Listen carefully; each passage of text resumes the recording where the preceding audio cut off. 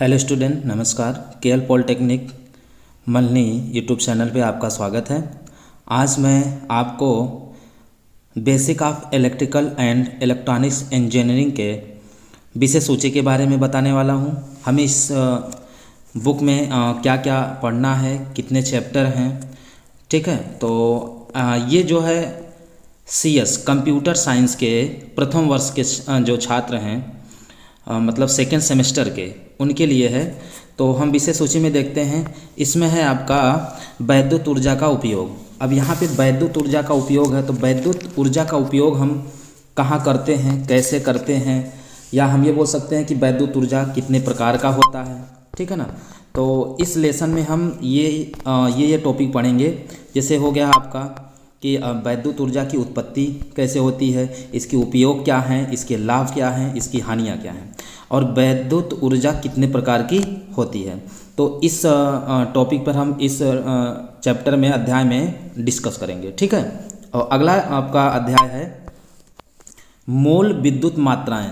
अगला अध्याय है मोल विद्युत मात्राएं। इसमें हम पढ़ने वाले हैं विद्युत धारा का मापन कैसे किया जाता है।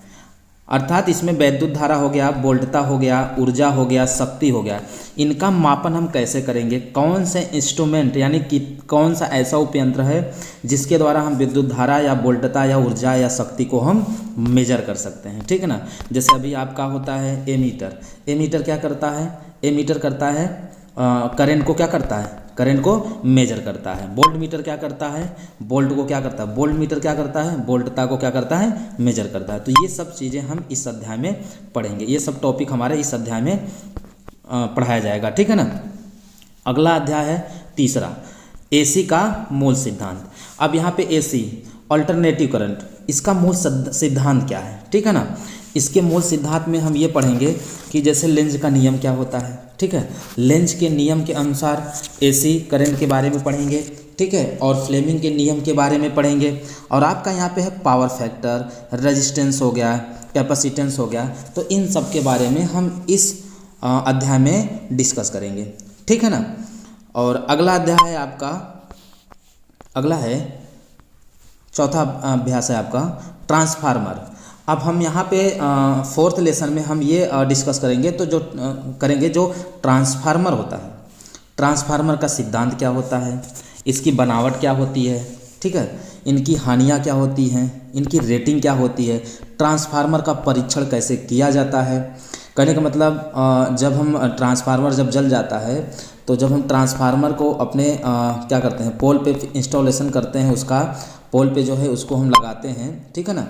तो उस कंडीशन में हम ये देख लेते हैं कि कहीं ट्रांसफार्मर में कोई शीतलन, करने का मतलब उसके तेलों में कहीं नमी तो नहीं है। मतलब ये सब चीज़ें हम क्या करेंगे कि ट्रांसफार्मर का परीक्षण करके हम पता लगा लेंगे। अब जैसे रेटिंग हो गई, रेटिंग के बारे में मतलब हम कितने रेटिंग का ट्रांसफार्मर इस्तेमाल करेंगे, ठीक है ना। इसमें हानियाँ क्या होती हैं, ये सब चीज़ें हम इस लेसन में डिस्कस करेंगे, ठीक है ना। अगला आपका अध्याय है 5। अध्याय 5 है। अध्याय 5 में क्या है? DC परिपथ। DC परिपथ यानी डायरेक्ट करंट। अब DC परिपथ में हम क्या देखेंगे, क्या पढ़ेंगे, इसमें हमें क्या मिलेगा कि इसमें जो किरचॉफ का नियम होता है, किरचॉफ के नियम के बारे में पढ़ेंगे। और यहाँ आपका ओम का नियम है, ओम का नियम के बारे में हम पढ़ेंगे, ठीक है।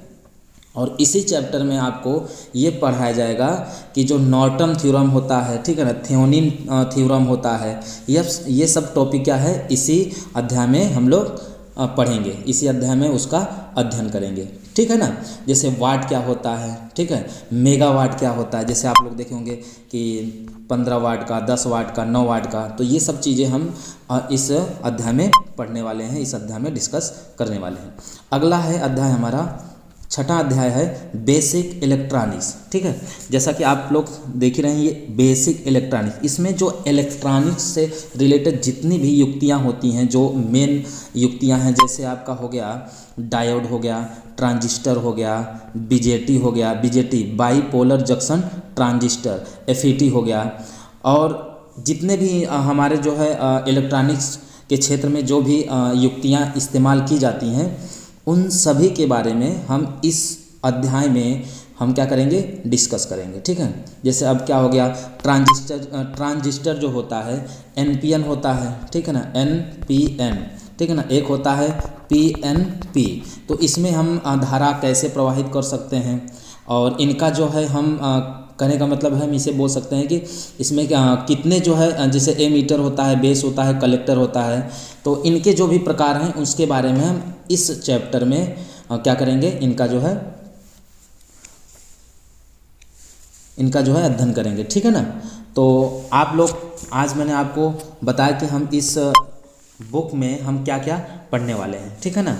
तो आप लोग बेसिकली आज तो इंट्रोडक्शन है इसका, तो बेसिकली आप लोग ध्यान दीजिएगा। कल से मैं आपको अध्याय वाइज यानी चैप्टर 1 करके नोट्स बना के हम आपको जो है इस चैनल के माध्यम से आप तक पहुंचाएंगे। तो आप लोग बेसिक रूप से ध्यान दीजिएगा, और जितना पढ़ाया जाएगा उसका जो है क्या करिएगा, आप लोग नोट्स बनाते रहिएगा।